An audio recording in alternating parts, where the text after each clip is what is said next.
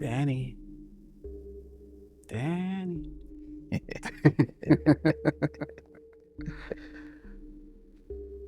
All work and no play made Dani a dog person. Oh yeah, adult girl, Yeah. absolutely. But nothing dull about me, ever. Dull? Ever. Well, I see you sitting on something. Mm-hmm. We can get that out the way. I see you sitting on gold mine over there. Is a gold. It's a gold mine, baby. Lift it up a little bit more. There you go. There we go. Lift it a little higher. Mhm. There we go. Wait a minute. It's a brand, baby. Okay. It's a brand. So that brand, what's going on with that brand? Well, this is Pretty Little Bastard Child. I heard about that. Happens to be me. So I heard about that too. So what's going on with it is that this is 2026, about 2.5 years ago. God would lay me down flat for a little while so I could take time out and finally get the book written. So that's what we did. And it's been this little book of mine. I'm gonna let it shine ever since. The little book that could. Shout out that name for me one more time. Pretty Little Bastard Child by me, author Dani.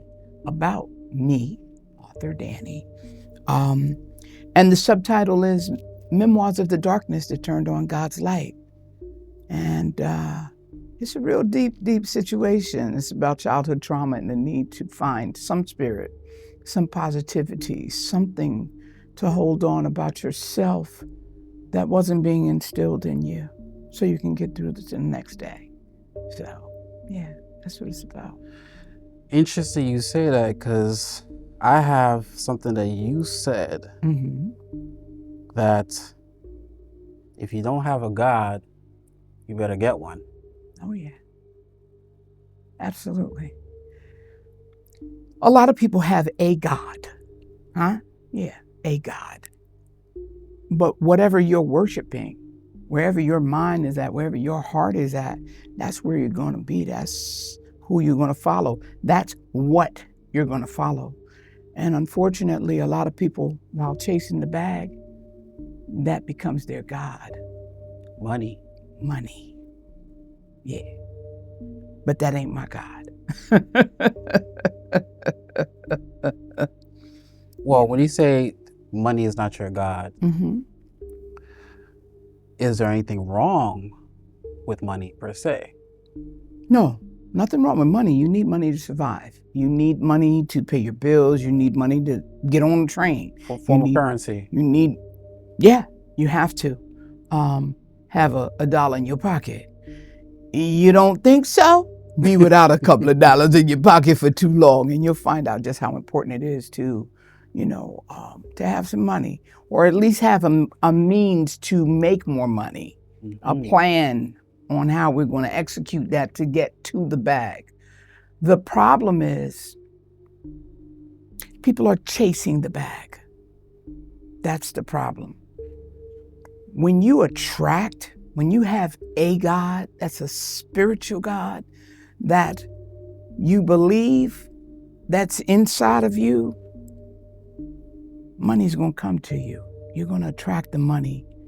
When you walk in your truth, when you're a good person, when you have that thing that's innate, that we're born with, that ain't outside of us, money gonna come. When you're chasing the bag, believe me, it truly becomes the root of all evil. Well, let me pivot for a little bit. Go on. Pivot onto another form or another God that people chase. That's actually at their detriment. Illicit drugs, more specifically crack. Oh my God. Chasing that definitely will take you into a place where literally you might die. Oh yeah. And not in a positive way or good way. And I know you speak to that. Oh yeah. You can speak to that intimately. Oh yeah. Some personal experience with that for quite a while. The trauma that I was experiencing as a young girl made me believe that I wasn't worth much, and to anesthetize so I wasn't feeling the pain, so the blows didn't, feel as bad, or what was going on behind closed doors didn't affect me so much. As far away as I could get, that's where I wanted to be. And after that first hit, that first time, and that first high, little did I know I was never going to get that high ever again. And I didn't find that out till much later on down the line. But for maybe 8 years of stone cold crack addiction, and everything that came along with that, the dereliction, the degradation, the homelessness, the violence, all of the stuff that came, that is what happened after chasing that high for a little while. Crack was your God. Oh, yeah. And you served it. Oh, you yeah. worshipped it. Religiously. Yeah. you actually literally you offered yourself. Oh, yeah. Your tithe and offering was yourself. Baby, I would have sold your mama's last year dirty drawers for one more if I could have, and somebody would have bought them. But what people don't realize once they get involved in, something that's that strong, and it doesn't have to be a crack addiction. Some people love food. You see these people, they have fetishes now. It bugged me out. I saw it. I came across YouTube that people actually have OnlyFans pages. And they're like 500, 600, 700 pounds, and they sit down and they gouge themselves with food. And people pay to watch this. Yeah. I think it's more like, well, I do this anyway, so might as well get paid for it, right? Mm-hmm. So in a way, now they worshiping more than one God. Yeah, the money and the food. Yeah. To their detriment. Yeah. Yeah, it's bad. But I mean, this is the world we live in. It's the root of all evil, and you don't believe that when you're sitting on, a cloud, when you got a bunch of money. But let the money run out. Let the drugs run out. Let whatever you have made and put before yourself, your mate, your husband, your wife, your children, your job, that becomes your God, and that is the detriment to your life. I'm so grateful that I didn't end up where I was destined to become, or where I was destined to end up had I not stopped smoking crack. Crack is whack. Crack is whack. The old adage, crack is whack. Yeah, man. You speak about monsters. Mm-hmm. Yeah. Would you say you became a monster because a monster was, well, let me rewind for a second. Did you become a monster because of another monster? Absolutely. Absolutely. And you still wear that mask? I can wear that mask. I believe that every human being, I don't care if it's the bishop, the pope, I don't care who it is. They say it's a time for everything, right? And everybody has the ability inside of them to kill. Everybody has the ability inside of them to be anything they want to be. And that's in positive or negative. If pushed the wrong way on any given day, and I'm not spiritually grounded, oh yeah, I can call on her. She lives in me. The Lion King, She lives in me. Yeah, she's there. She's there. She's just arrested a day at a time. And as long as I keep myself prayed up, as long as I realize that, it is nothing that important to me right now but my peace. You can't buy happiness, you can't buy joy, and you can't buy peace. But you can allow people to take it from you if you're not up on your game. And it took me too long to get some. So, but yeah, she's there. She is definitely there. I don't like her though. So I try to keep her locked away. Locked away. She whispers every now and then. Oh, she do. Mm-hmm. She do. Mm-hmm. I you know, yeah. And I hear her. I hear her loud and clear. Right. You know, fortunately for me, that's the loud voice sometimes. That little soft voice, the one that we avoid half the time, the one that is actually God or that spirit or that thing, that positivity, or one of them chakras talking to us, right? That little tiny voice that we avoid. The one that we should be listening to. Right. Thank God I've learned how to hear that one and quiet the noise. Because she's a noisy bitch. Let me see how to word this. In your documentary, you never really, you touched it, but you never actually came and said, who's the monster? What did the monster do? You kind of danced around it, and I wasn't sure if it's in the book or you just forgot. Oh, did not forget. Or you like, I ain't telling them. Didn't forget it. Like, is the monster in the book? Am I gonna read? Oh yeah, the monster is in the book. The actual events and stories. Oh yes. Okay. But see, what you have to realize about marketably well done. Harlem, the making of the monster. Yeah. Is this the precursor to Pretty Little Bastard Child, the TV series? Okay. So it's giving you little tidbits of and I'm thinking about, I'm going to talk to some of the powers that be and some of my team, and I'm thinking about possibly even doing a volume 2 of the documentary that goes deeper into what's going to actually be in the series of Pretty Little Bastard Child, because we don't want you to know everything in the documentaries. We just want to introduce you. Got it. When the series comes out, oh baby, I don't think they're ready for it. I really don't think they're ready for it.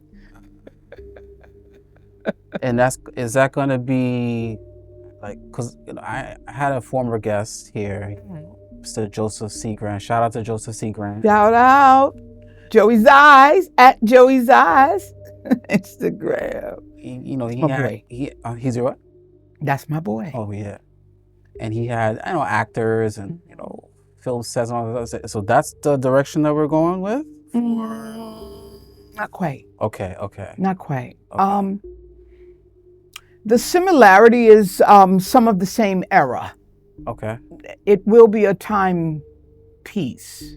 But it will have actors and actresses and sets and stuff like that? Oh, absolutely. Okay, It's not going to be this documentary. I'm definitely curious to see how that story is being told. Oh, baby.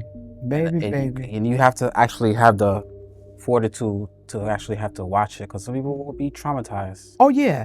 And see, this is the thing. Dante Enterprise is my my company. Dante Enterprise SEMP, spiritual, emotional, mental, and physical healing from your trauma. And that's basically what Dante Enterprise leads you to. Not from something that I read, not because for 13 years I was a substance abuse and mental health counselor, not because of any of that.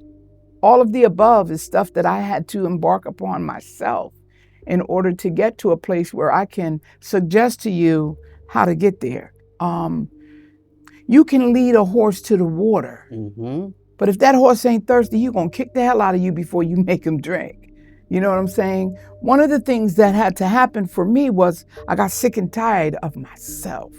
And when I got sick and tired of myself, self-sabotaging, all kinds of stuff that we do, especially people who come from a traumatic background, people who come from generational curses that they have not broken yet or they don't even know about.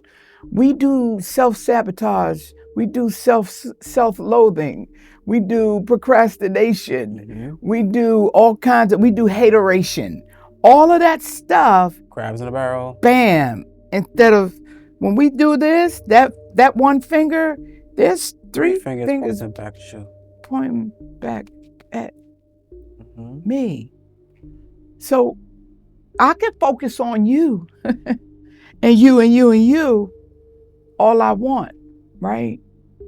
But that's not going to do anything for me living free. That's not going to do anything for me feeling better. Someone mentioned to me a couple of days ago, Dani, how can you say that healed people heal people? How do you know when you're healed? You're never healed until God closes your pretty greens, blues, grays, or browns. It's a journey. It's a journey. Yeah. And on any given day, you can revert. True. What happens with me writing this book and how cathartic it was with me getting ready to put out, well, actually volume 2 is in publication. It's in publicist right now. With me doing the movie, with me becoming a counselor, with me studying sociology, with me doing those things, not only on the outside, which was tangible, but going in, doing a lot of crying, doing a lot of cussing, doing a lot of confronting, doing a lot of prayer, and realizing I can't help you if I don't do these things for me first, you see. And when I got sick and tired of looking in the mirror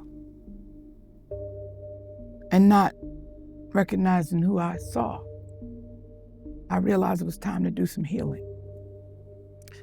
The quote that you have is, your trauma is not your fault, but your healing, all caps, is your responsibility. Absolutely.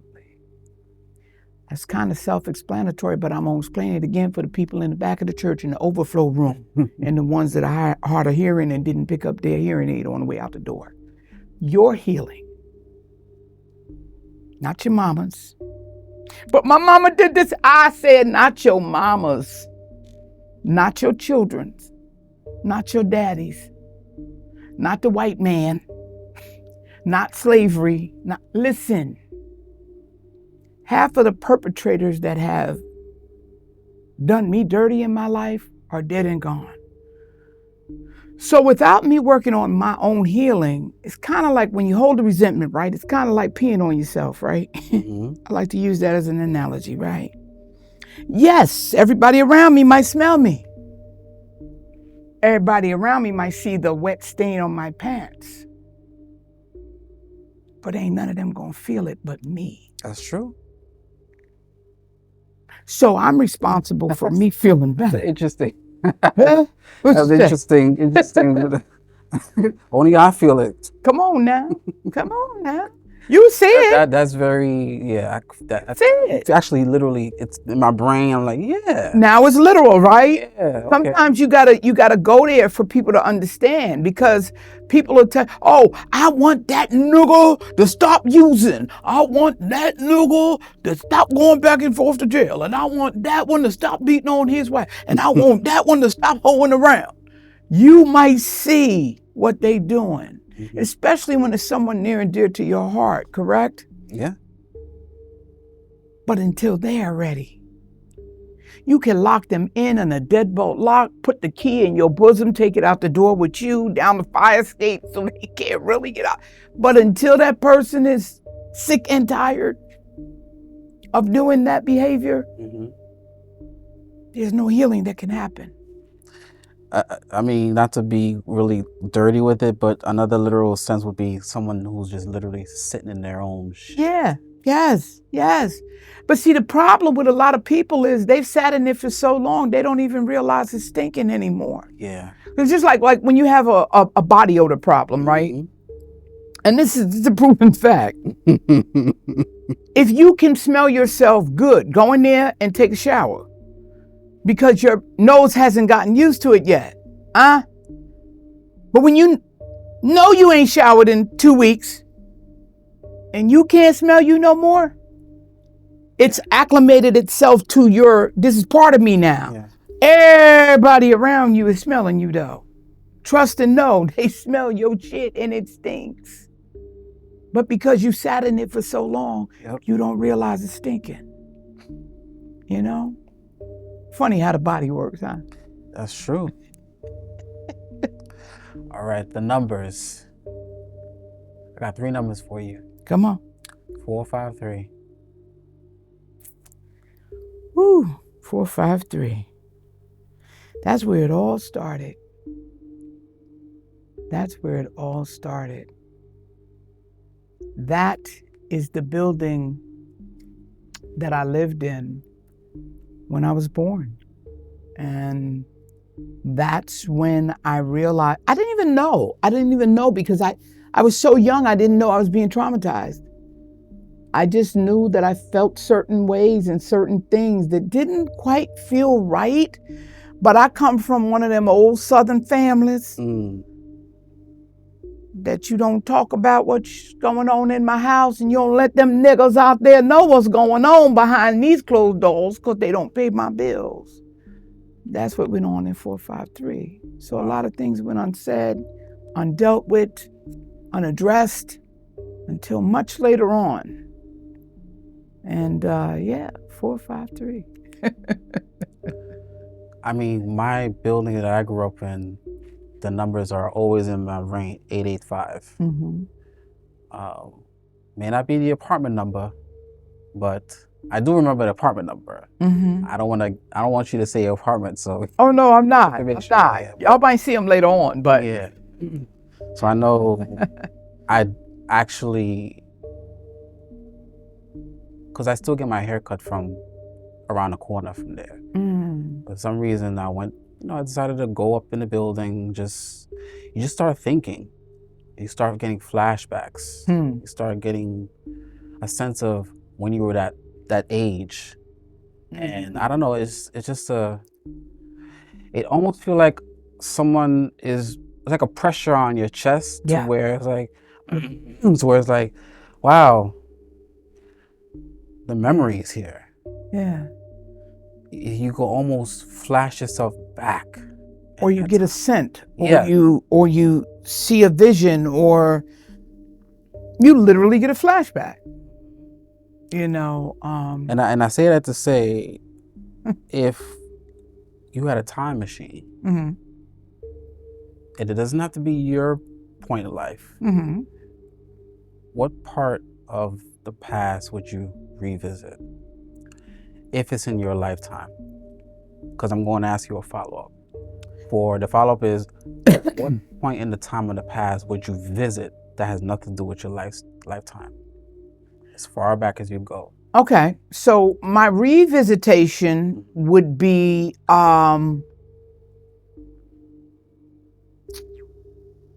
think about it. Take a second. Bing! The late 70s, early 80s. It gotta be one specific time.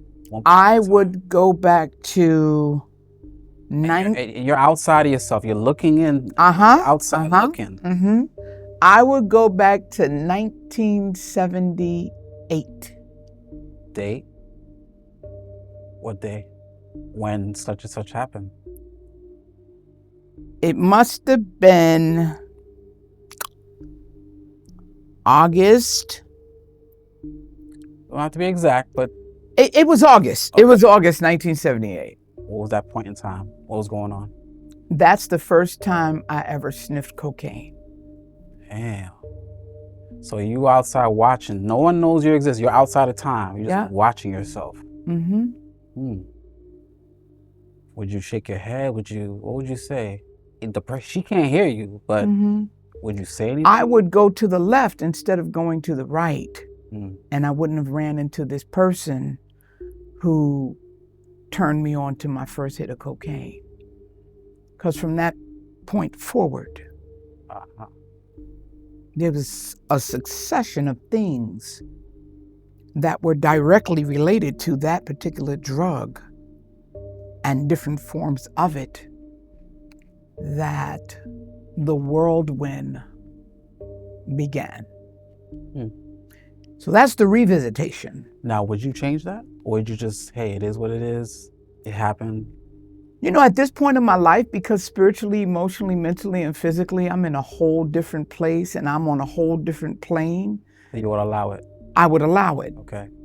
But if I knew Then what I know now, like I said, I would have went to the right and I would allow that person to continue going the direction they were going in. Okay. Interesting. Yeah. Never know what that person would have been. Yeah. Yeah. Yeah. But now the visitation. Yeah. If I could go back to any point in time. Yeah. Any place in time. Any place.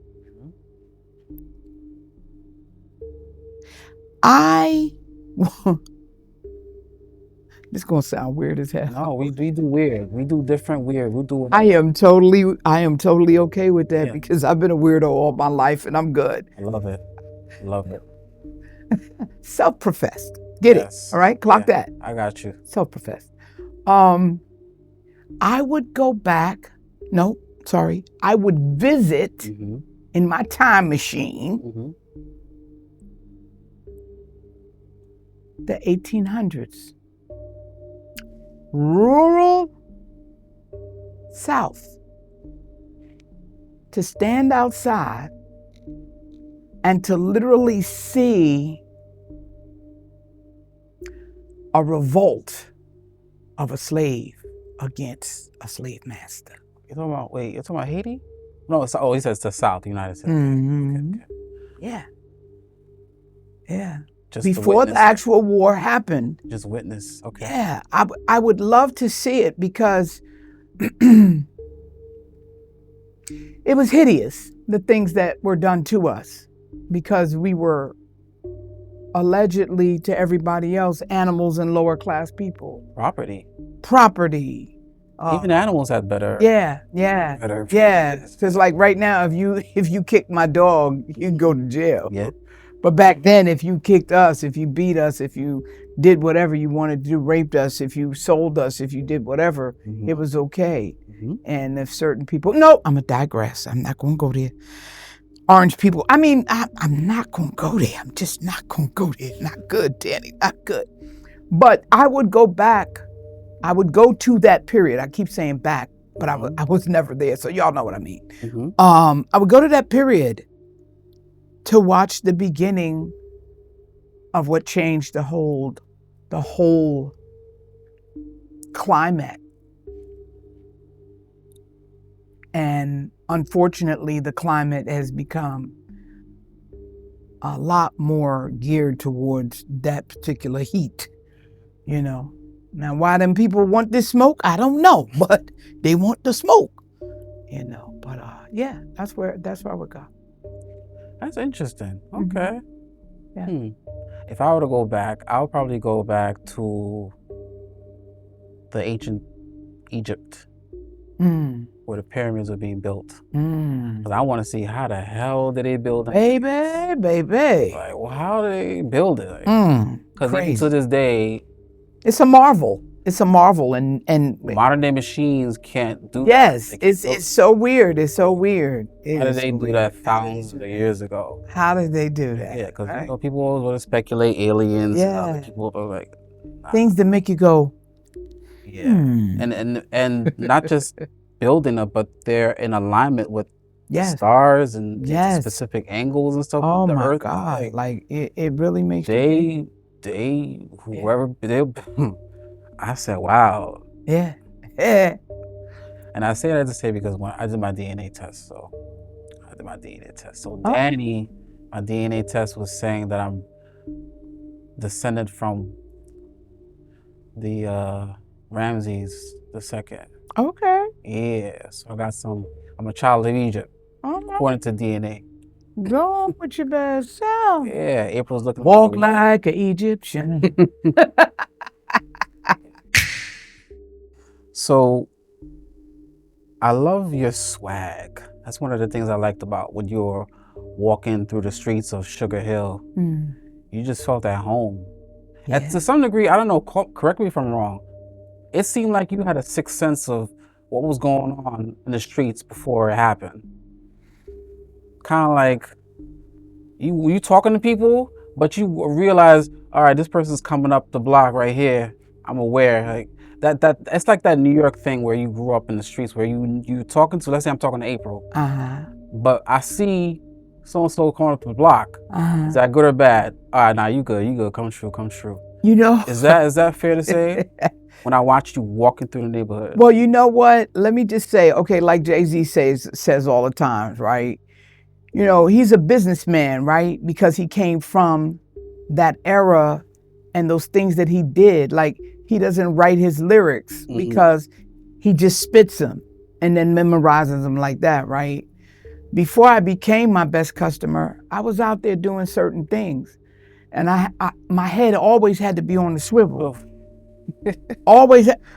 I saw it. I was like, wow. My head was always on the swivel. But she was like, she's aware. Everything. And fun fact, it's not fun. It's fun now because I'm over it. I was 2 months and 2 weeks out from a stroke. That's why I was still on the cane. I had a stroke that had debilitated my whole left side. I thought you had a blade in that. No, I had a stroke for real. So it wasn't a blade inside that? Nah, not that one. Okay. Now maybe some years ago. Sit your father ass down for me. Changed. Yeah, like that. Yeah. Graham Court on 116th Street. That's actually where they filmed New Jack City. Because he had that cane with the blade in it. Okay. Oh yeah. They used to have this store down in the Village. Okay. That had all kinds of gadgets and man, you name it, and they had all kinds of hidden weapons and all kinds. I used to love that store. And at one time in my life, I used to think that I needed all of that stuff for, protection. And I probably did because I was living that life where you live by the gun, you die by the gun. So my gun had to be bigger than your gun. My knife had to be sharper and longer than your knife. You know, until I found a God that was loving and caring and greater than me, and that I had to learn that stuff, I didn't need that stuff. You know, it's a wonderful feeling to know that I could walk down any street in any place in the world and I know I'm protected. And I might not even have a key to fight you off with, nothing. But I know that there's a hedge of protection around me on any given day. And if it happens, it happens. Tomorrow's not promised. To anybody. Right. But you're content to where you are at this point. You're still on your journey, but you're still Oh yeah. content to, hey, when it happens, it happens. When it calls, it calls. That's it. Agree or disagree? You ready? You were not always comfortable being heard.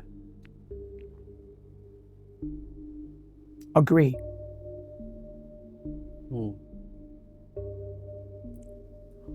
How did you become comfortable with it? I found my voice. Because I come from an era where children were to be seen and not heard. You stayed out of grown folks' conversation. You only spoke when you were spoken to. And you better not say nothing that I don't want you to say to somebody I don't want you to say it to, because you might get these knuckles cross your lip. So I came from a place where I didn't have a voice. So I never felt comfortable going and saying things. I would go in my room and I would talk to my imaginary friends, and I sang to my brushes, and I always wanted to do little shows in my house and stuff like that, right? But I had to get permission to do that. I couldn't just say, hey, so-and-so, or, you know, hey, Uncle so-and-so, or hey, Mommy, can I do a show for y'all tonight? Because, you know, my mama was busy doing her. And when she wasn't doing her, she was working at night. So, you know, you better, listen, you better come with the quickness, and you better come with something that's important. And all of that little you talking about ain't important. So go on. So then when I found my voice, I actually have been accused of being cocky or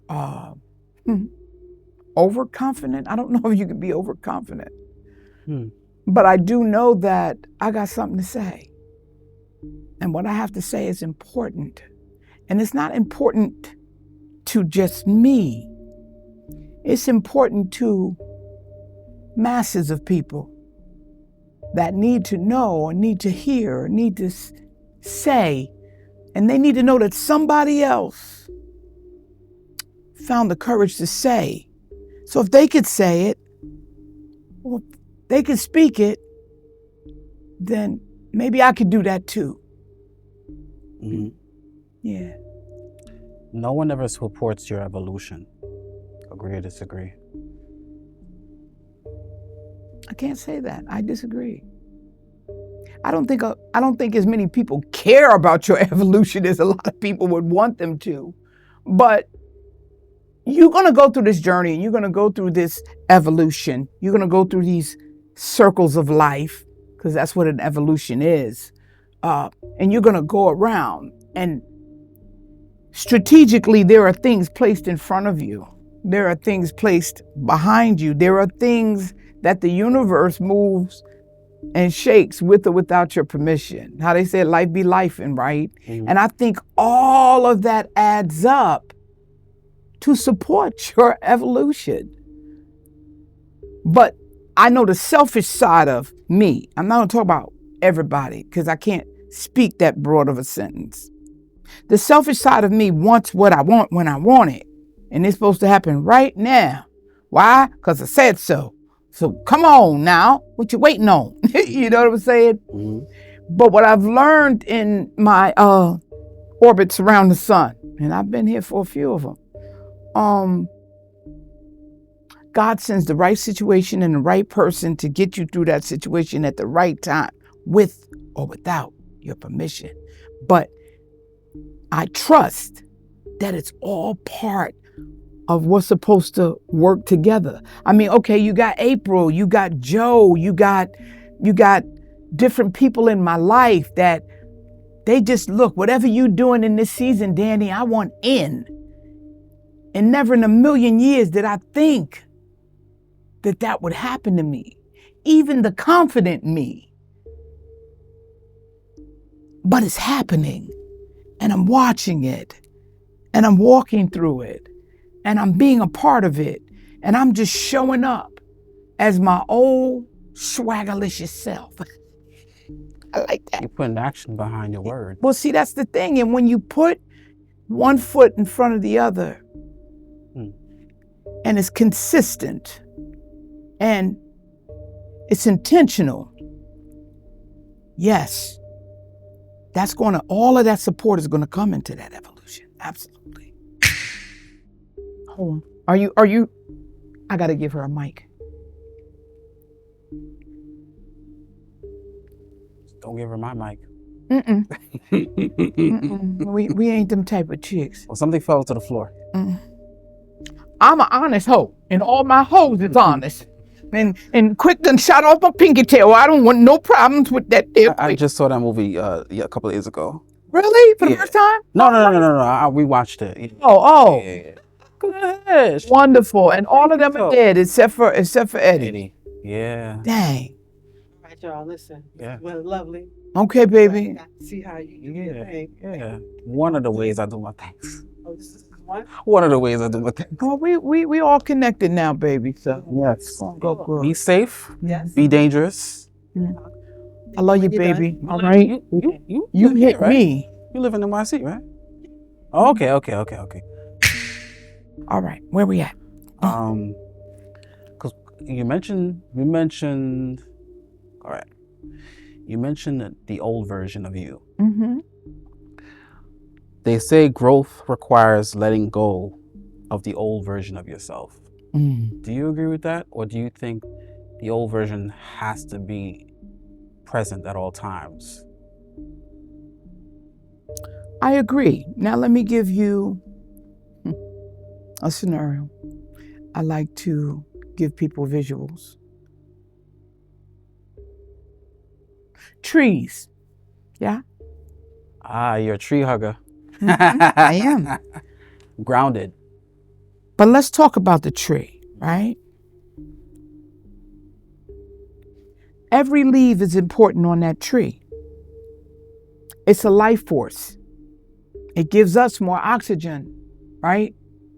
It takes in our carbon monoxide. Yeah, right? Expels our oxygen. But what happens to all of those leaves and those branches come the end of September, October, November? Yeah, they fall. They detach from the tree. But weren't they important? Yeah. Didn't that tree need them? Ah. Bam. Mm-hmm. Evolution, number one. And you have to let go of the old stuff in order to make room for the new and the now and the important. But if I still had those dead leaves hanging on, I couldn't make room for the new. I couldn't grow. I couldn't bloom. I couldn't glow. So yeah, the old me had to die so the new me could live. See, everybody want to go to heaven, but nobody wants to die.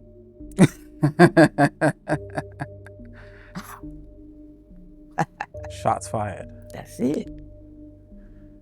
Because I did ask also, does the old you need to be somewhere in there, even in the present, or it's just gone?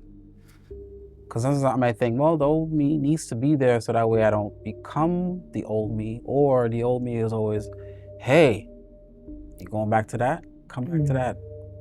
Let's go back to that again. Well, let's just say this. Because she's a part of me, she's going to be in there. But those who forget are doomed to repeat. History. You understand what I'm saying? I mean, the memory of her has to be there, or else I'm doomed to repeat her. That's a good point, yeah. You know? That's valid. But using her to do my dirty work or anything else in these day and age, I don't need her. I needed her at the time to make me the strong individual that I am today, to make me more aware that life is not always a bed of roses. There's some thorns on those roses. You know what I'm saying? Yeah. So, yeah. The quote, never ran, never will. Yes, Sugar Hill. That is our moniker. If anybody sees this and is from Sugar Hill, they're going to say, yup, bada, Sugar Hill. You know, like, okay, back in the day, we had different sayings and slogans, right, from wherever you were. If you were in Brooklyn, is it Brooklyn make it? No, Manhattan make it, Brooklyn take it. You know, Bed-Stuy do or die. Money earning, Mount Vernon. Well, Sugar Hill, because we were an affluent part of Harlem. See, down in the valley, you had all the dope fiends and the shooting galleries and the, you know, that's what they did down there. And you kind of knew at a certain point, even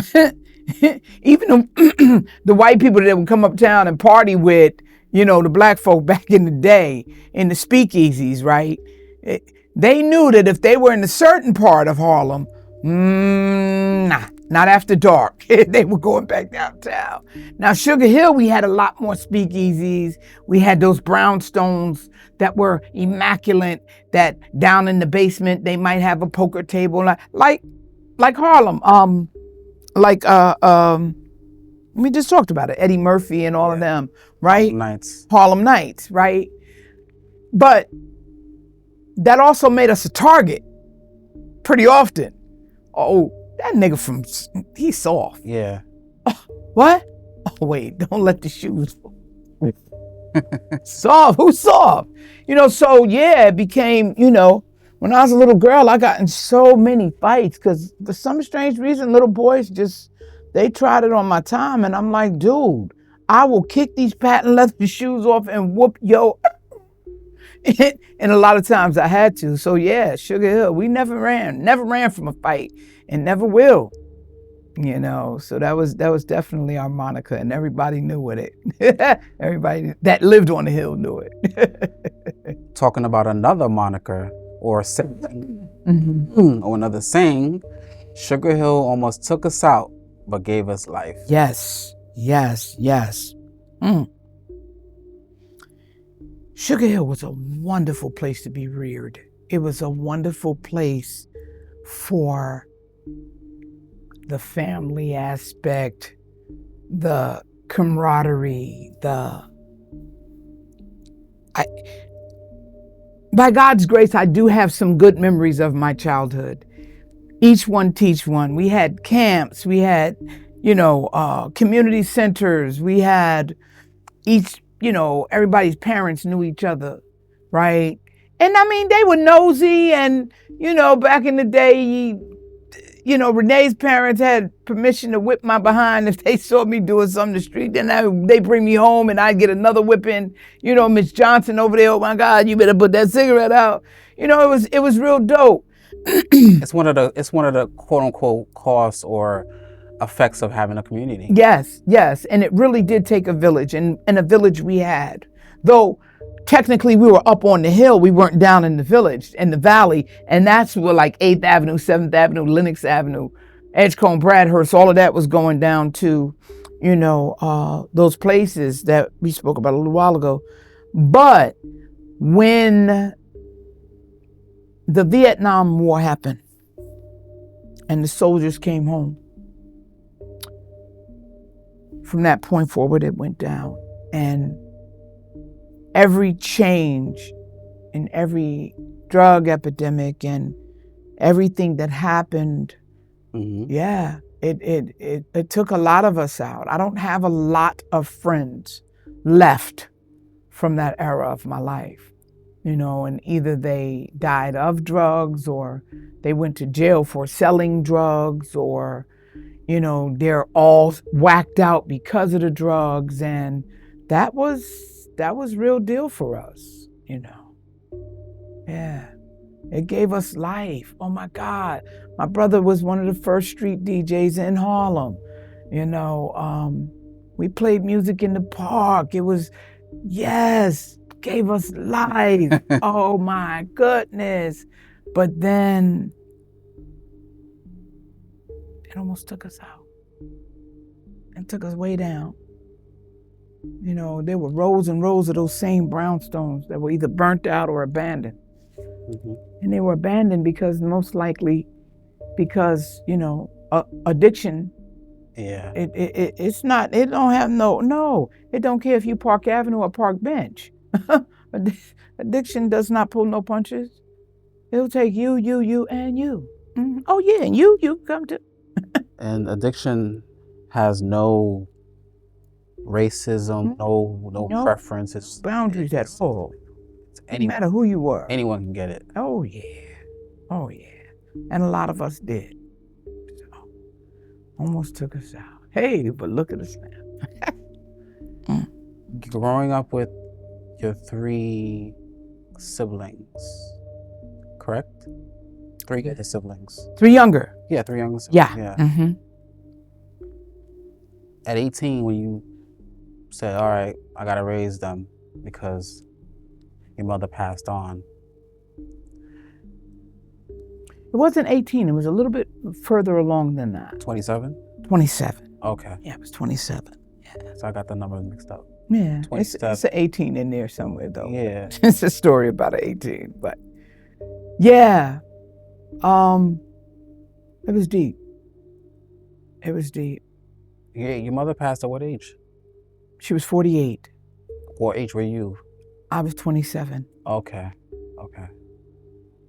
And was raising them a situation where you were also using at the same time? No, by God's grace, I got clean. I got clean when I was 24. My mother got to see me clean. Okay. And when I was 27, she passed away. And my siblings were 12, 9, and 4. Yeah. Matter of fact, this month is that weird month. She died 4 days before her 49th birthday. So January 10th is her death date, and January 14th is her birth date. Mm. And so, weird, yeah. One of those weird things that, we were on our way home, myself, my partner, and a good friend. We were on the train on our way home. What we were gonna give her for her birthday, what we were gonna do for her birthday. And when we got home, she was gone. Oh, wow. So it was no birthday. She died on a Friday. Her birthday was the following Tuesday. So. There was a time in your life where you said to yourself, this is it.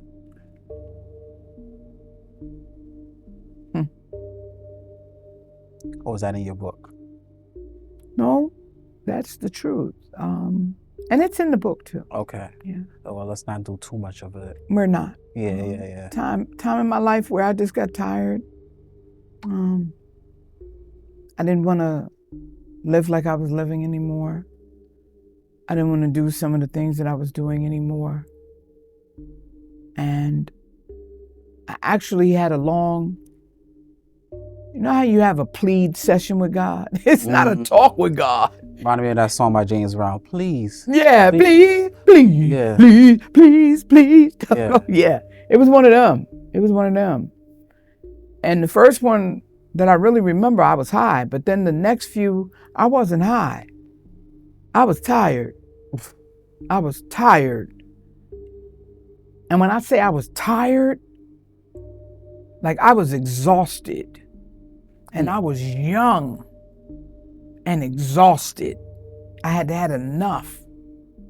And I had a pleading session with my higher power.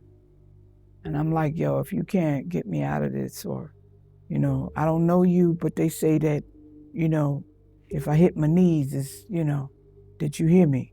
So I'm down here. And if you up there, please. Either make me do this or take me out of here, because I'm tired. I'm still here. You say you're still here, but your mom was taking bets. Yeah. That you were not. I was not going to see 18. That's where the number 18. Yeah, I was like, okay, that's the 18 came from. That's the 18, yeah. Oh, yeah. Mm-hmm. Was she just mean about it, or like just? She was tired. Okay. She was tired of me. Okay, so and my nonsense. Was she a quote unquote good parent to you? She did the best that she could with what she had. Okay. And when people are born into a toxic family that don't know that it's toxicity there, yeah, guess what happens? The monster. And unfortunately, the monster affects everybody around the monster. Yeah. It makes me think of a quote. And this is the quote. It's by Friedrich Nietzsche. He said, if you stare into the abyss also gazes into you. That is such a fact. That is such a fact. Yeah. In a black darkness, you gaze into it, it's going to gaze right back. That's it. That's it. And wow. Whatever you make the abyss, it will stare back. And then you make a decision. Am I going to keep staring at the abyss, or am I going to try to make something out of? Right. Because once you get in there, that's it. Black hole. You ain't coming out. Mm-hmm. Yeah. Or by the grace of something pulls you back out. Yeah. Yeah. It got to be you got to put a lot of force. Yeah, and effort and power and oh yeah. Because it's like, you think Dorothy was on her way to Kansas. Get caught in an abyss, man. Baby. So you got secrets. I do. We gotta find them secrets in the book. Shout out that book again. Pretty Little Bastard Child. Memoirs of the Darkness that Turned on God's Light. Now let me tell you a little bit about the book. This is part 1. Because the story is so deep that I had to bite it off in little chews. There's a trilogy. So I can't give you too much of book 1, and I can't give you too much of book 2 because there's a book 3. But there are a lot of secrets. There are a lot of things that the average person probably wouldn't have survived. But it's in the book. And volume 2 will be out in approximately 3 to 4 weeks. Yeah. It's printing as we talk, as we speak. And the plan is to put out volume 3 around the same time as we're starting taping the TV series / movie. I can't wait. So this is gonna be okay. Let me not say exactly, but where do you see this being filmed? What Sugar Hill or some other location? Well, we're gonna be on location for some of it. Okay, cool. Because of course, you can make a location in one place, but that doesn't mean in the story it's gonna be that place. Yeah. Right. But you're coming back to New York City? Oh yeah. Okay, cool. Oh yeah, absolutely. Couldn't do it without, but there'll have to be some studio stuff also. And of course, probably some, digital creation because again, it's a several different period piece. Yeah. I feel you. So in order to capture all of that, it's going to be a lot of magic. I look forward to the magic. Oh yeah. I get excited. I got goosebumps just talking about it because it's so real and so raw, and it's a real life story. So pop culture. Okay. Timberlands, boots. Mm-hmm. Was it a thing that you wore at any point? Absolutely. Okay. I still would throw on a pair of Timbs in a heartbeat. Sure will. Mm-hmm. Almost warm today now. Nah. Got a lot of walking to do, a lot of through the train. I ain't feeling that, But yeah, matter of fact, I remember when Timbs became popular amongst New Yorkers because that's where you saw them urban-wise. Yeah. Yeah. Yeah. I remember when they became popular. Do you agree? Wearing Timbs should be against the law if you wear them outside the tri-state area? Only if you know how to put your drip with it. It should be against the law to wear your Timbs outside of the tri-state area. I want to say yes, but they came from outside of the tri-state area. So that's why I can't say yes. I'll say, if you're not a New Yorker, you can't rock them the way we rock them. I'll say that. And I'll stand 10 toes down on that. The faker you are, the bigger your circle will be. The realer you are, the smaller the circle will be. Facts.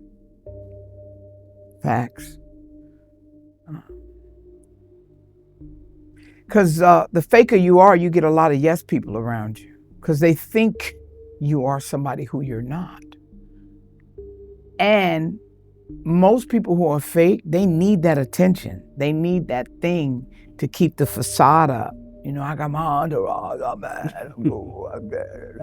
But when you start to heal and when you start to realize that, first of all, running with a crew will only get you in trouble. Next of all, everybody in that crew wants something from you because they think, even if you're not that person, they think you're that person or you got that thing or, your popularity makes them look good or whatever the case may be. It's all a facade. But when you start to set boundaries and when you learn that like, yo, man, if I'm gonna rob this bank and I got 20 of y'all with me, first of all, I gotta split the money 20 ways. That's number one. But next of all, somebody's gonna rat me out to keep themselves safe. So yeah, you know, when I found my voice and I learned how to start saying no and realizing that it was a complete sentence, my circle got very small. Mm. And I love it. I absolutely love it. I mean, even Jesus had 12 disciples, and 12 apostles Jesus had. Even one of them was a Jew. Was a betrayer. Yeah, see what happened? You get your posse and somebody.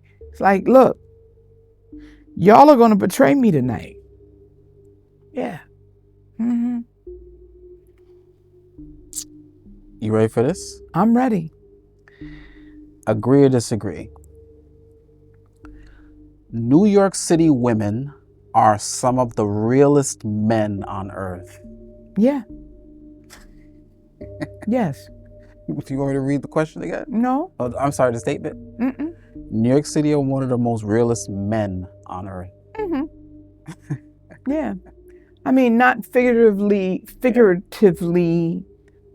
physically, you know, I'm a man. Yeah. But their strength, their gumption, their aggressiveness, assertiveness, their survival skill. Because let's face it, you got the concrete jungle, you got all of the stuff that most New Yorkers have to deal with on a daily basis. The train, the bus, the homeless people on the train. Yes, all of that combined. Not to say homeless people by nature, but the ones that wilding out on the trains. Mm-hmm. Excuse me, ladies and gentlemen. Here I go, and I'm gonna flip for you. Or can you give me $1? No, go find a circus or something. Or people pushing you off the trains. Yeah, like all the crazies. Yeah, the freaks come out at night, New York. Yeah. And you got to walk around with your kids like this. We actually walk with the crazy people. So yeah. I'm sorry, the mentally ill. That's the developmentally disabled. That part. Mm-hmm. Yeah. That's the political correct way of saying it. Struggle gives you meaning. Agree or disagree? Yes, I agree. Yeah. Challenge sparks purpose. Agree or disagree? I don't agree with that. I don't think challenge sparks purpose per se. But challenge does spark courage. Challenges spark courage. Yes. And of course, you know I'm going to give you a reason. Some of the most challenging things that I had to ever face in my life gave me fear before I stepped out on faith and went for it. But that's where the courage to face it came in at. Because if I didn't have a challenge, then I wouldn't know, A, that I was afraid of it, B, that I could conquer it. So the challenge was the caveat, let's say, to me finding my courage, me finding my voice, me knowing what to do and what not to do. So that's my take on it. But, you know. So, okay. Agree or disagree? You are at your best when you are at your worst. I became my best because I was at my worst. Yeah. So you agree with that? I do. Okay. The most dangerous anger comes from someone with a good heart.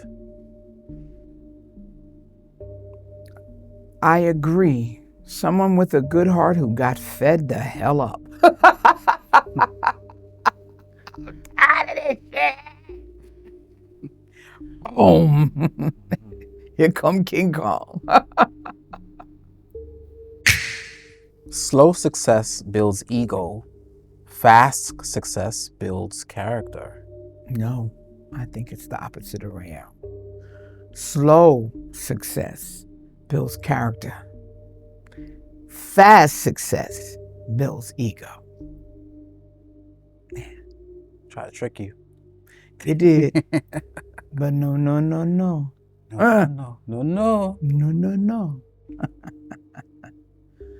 You could tell me that real quick. You caught that real quick. Oh, yeah. I mean, there's nothing wrong with some ego, right? Depending upon how you use it. Because, see, in my life, ego means easing God out. Oh, okay, all right. I like that line right there. That was a bar. Mm-hmm. That was a bar. Ego meaning easing God out. Yeah. Okay. But shouldn't you take some credibility for you putting in that work? Absolutely. Okay. But that's where confidence comes in at. Okay. That's where knowing who you are comes in at. I mean, as far as I'm concerned, that's where gratitude comes in at. Mm-hmm. Because the joy's in the journey, because you know what you had to go through to get to that place. Yes, I've even been accused of being cocky because I know I'm that chick. I know I am. I don't need your permission.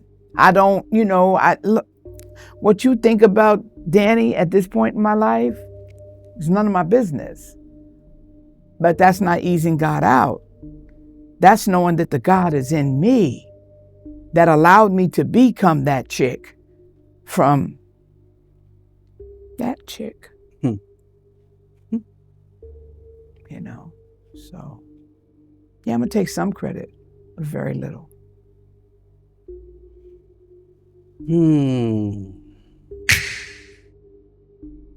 This is relationship between a man and a woman. Okay.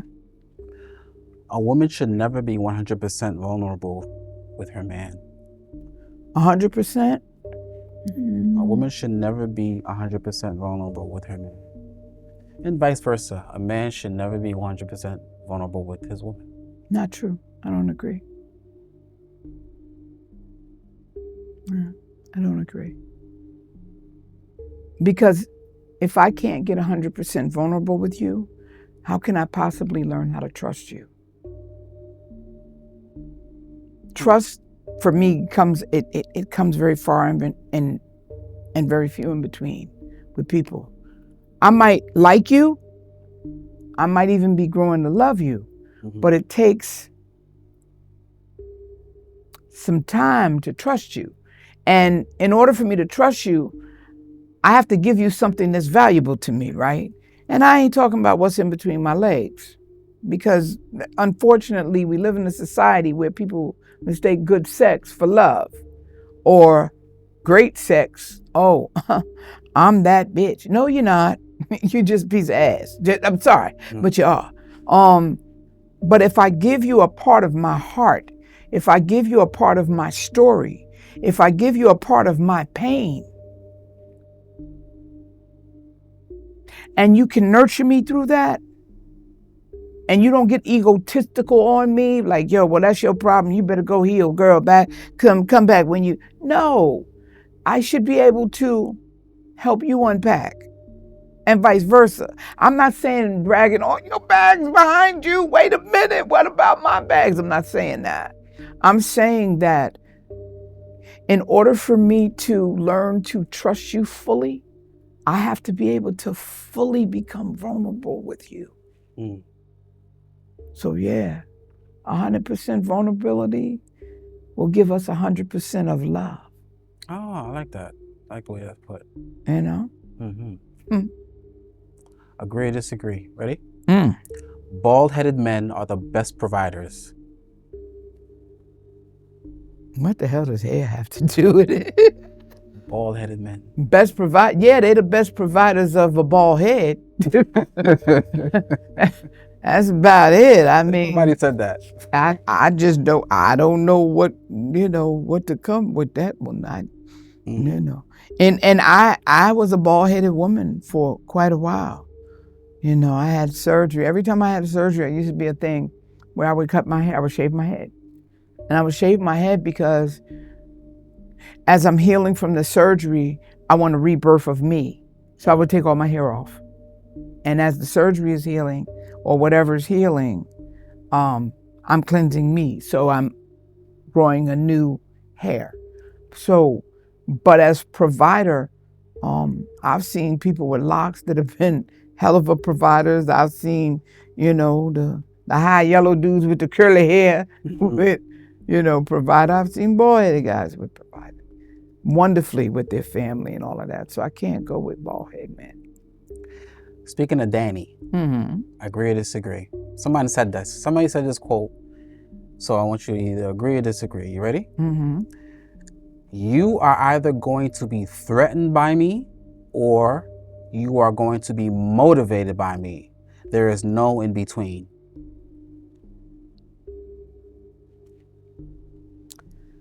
I agree to an extent. When Dani steps into the room in a group of people, you either going to be motivated by Dani or you'll be threatened by Dani. There's no in between. You agree to some extent. Yep, to some extent. Because people have a tendency to judge books by their cover, one way or the other. Unless you've worked on you, then you learn how to judge spirit. Then you learn how to judge beyond what you see. I used to be a thug, and when I walked into a room, most people were threatened because they ain't know which way I was coming. As I've gotten older, I do have swag. I know I could dress my face off with the best of them, but my spirit walks into the room before I do. So if you are spirit, if you are of spirit, then you want to hear what I got to say. But if you know down dirty dog, you might look at my outside and first thing, who that nigga think she is? Why we got to go there? Like, you know what I'm saying? Like, I'm just like you, But yeah. Oh yeah, to a degree, yes. I get that pretty often, and then I open my mouth or I introduce myself or I say something or I see someone I know and they see the warmth of the hug or whatever the case may be. Hey, baby. Yeah. And then they like, wow, wait a minute. Let me see who that is. So yeah. You ever watch true crime? I have. Agree or disagree, ready? People who are really into true crime content are a little crazy in the head. I agree. I absolutely do. But you gotta be crazy in the head to watch this kind of stuff. Oh yeah. Cause be into this kind of stuff. The average person, they don't want to know about all of that. I don't want to know how you chopped her up and put her in the backyard and it was premeditated. You've been doing, and thinking about and mapping out how you was going to dig up. I don't want to know all of that. If I don't have some type of, oh yeah, I would have done that. You got to be just a little, how did Rockwell say it years ago? People call me crazy, just a little touch.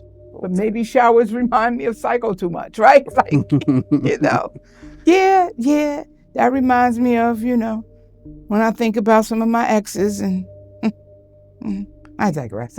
I'm back.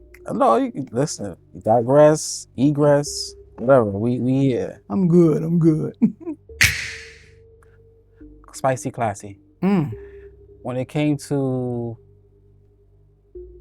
your times into the, the making love aspect, are you the type to say lights on, lights off, or lights dim?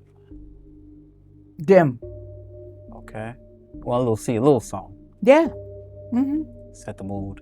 Absolutely. Okay. Which follows up to the next one. Rating from top 1, 2, 3. Morning time, midday, late night. All of the above. Put them in the number. Which is the top one for you? I know what my top is. Late night, then the morning, then midday. Midday is like whatever. Wait, what's your number one for you? 1 morning, 2 late night, Morning, okay. 3 midday. Okay. I always have an issue with morning. I'm like, but some people, hey, gets me started through the day. That's the coffee. Don't be playing. No, come on, bring my coffee on over here. Coffee, you take it. Hey. Straight up, no chaser. Now, I know you've seen the movie Terminator 2, right? I have. Back then, Skynet, AI. Now, in this present time, it's here. Yeah. Artificial intelligence. Absolutely. Do you feel like it's gonna come to a point where it's literally gonna be Skynet, like Terminator or Matrix, where machines start to take over? Well, you let Elon Musk or, one of those people say it, that's what they're pushing for. By 2040, there'll be 60% less humans in the workforce. What are they gonna do with those humans that's not in the workforce? That's a good question. I'm still trying to figure that out. It does seem like where are we gonna go?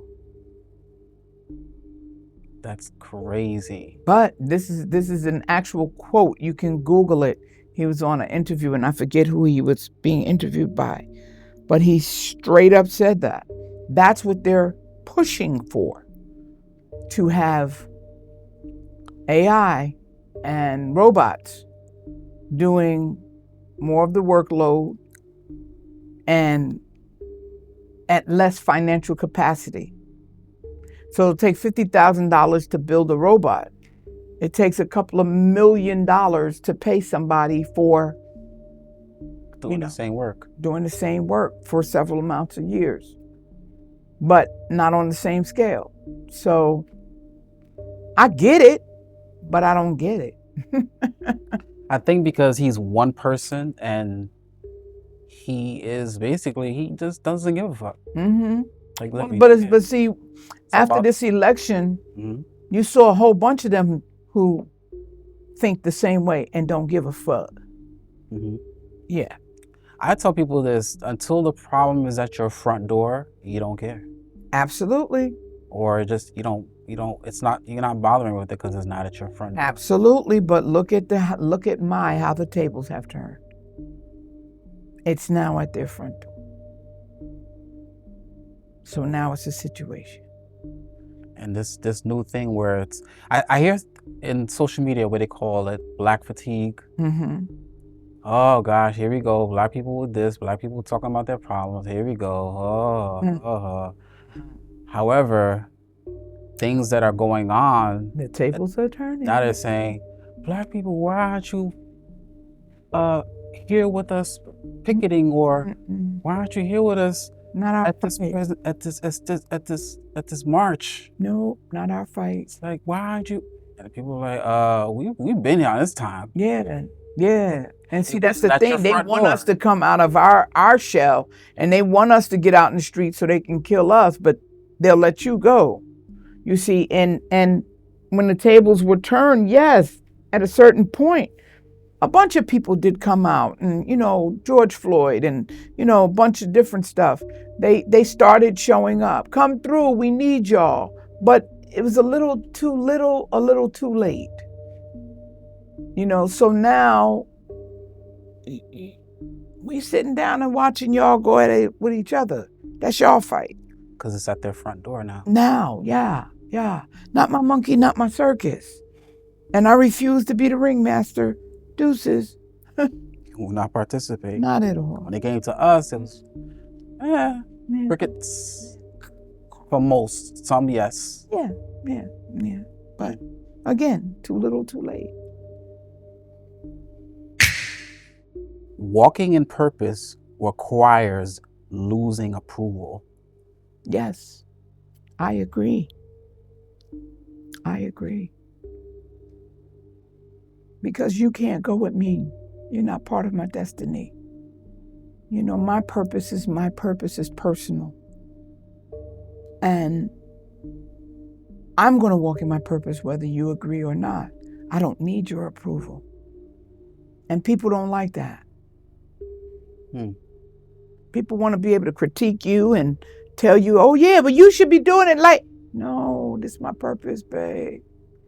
This ain't, I didn't share with you that because I want you to approve or disagree or agree. I shared it with you because this is what I am working on. This is what I am doing. This is where I am going. Period. When you in the morning, next to your significant other, and that morning breath is morning, are you giving that morning breath kissing? Or are you like, nah, you gotta brush your teeth first?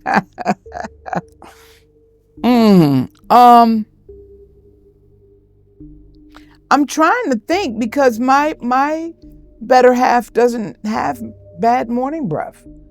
Okay. Yeah, as a matter of fact, this morning before I left the house, it was like, all right, babe, mwah, see you later, and, but even if they did, I might have do okay, baby, hold a breath, do the side, and it's still loving, and I didn't not kiss you, but when you got morning breath, you got morning breath. I don't care. I'm gonna give you that kiss. I'm gonna give you a kiss. I'm gonna give you the real kiss. I'm gonna give you the kiss, but I don't know if I'm going. Well, that's like if you sitting on the toilet now and you my other half, and you done blew it up so bad that you want to hold your breath. Okay. All right, I'm out. I'm holding my breath. I'm coming in, but I'm holding my breath. I love you, but I'm holding my breath. You stay. On that note, I'm holding my breath for that book coming out. Got it. And it's already out. Yes. I'm holding my breath for the visual show / movie come out. That I'm holding my breath. Oh yeah. And volume 2, Searching. Yes. Memoirs of a Runaway Child Running Wild. Part 2 of this will be out in 3 weeks.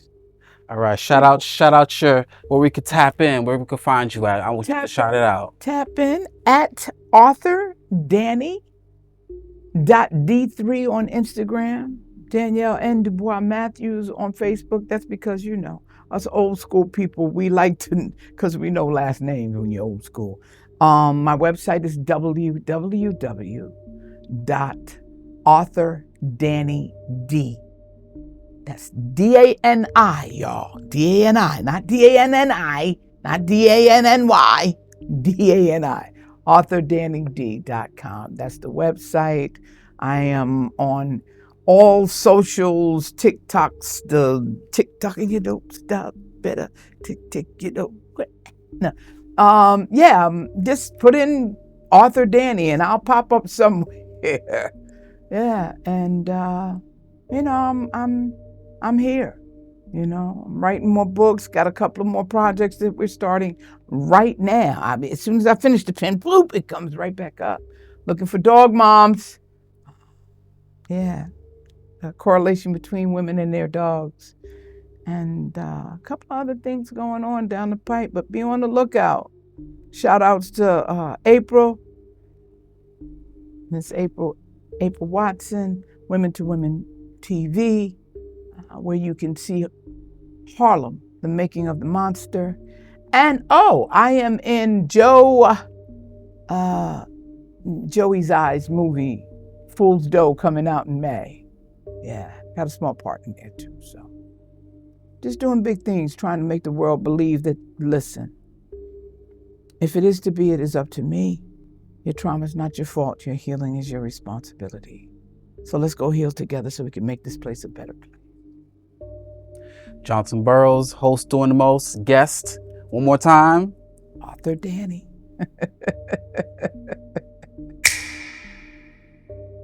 Cut. Yeah. Great stuff. This is the right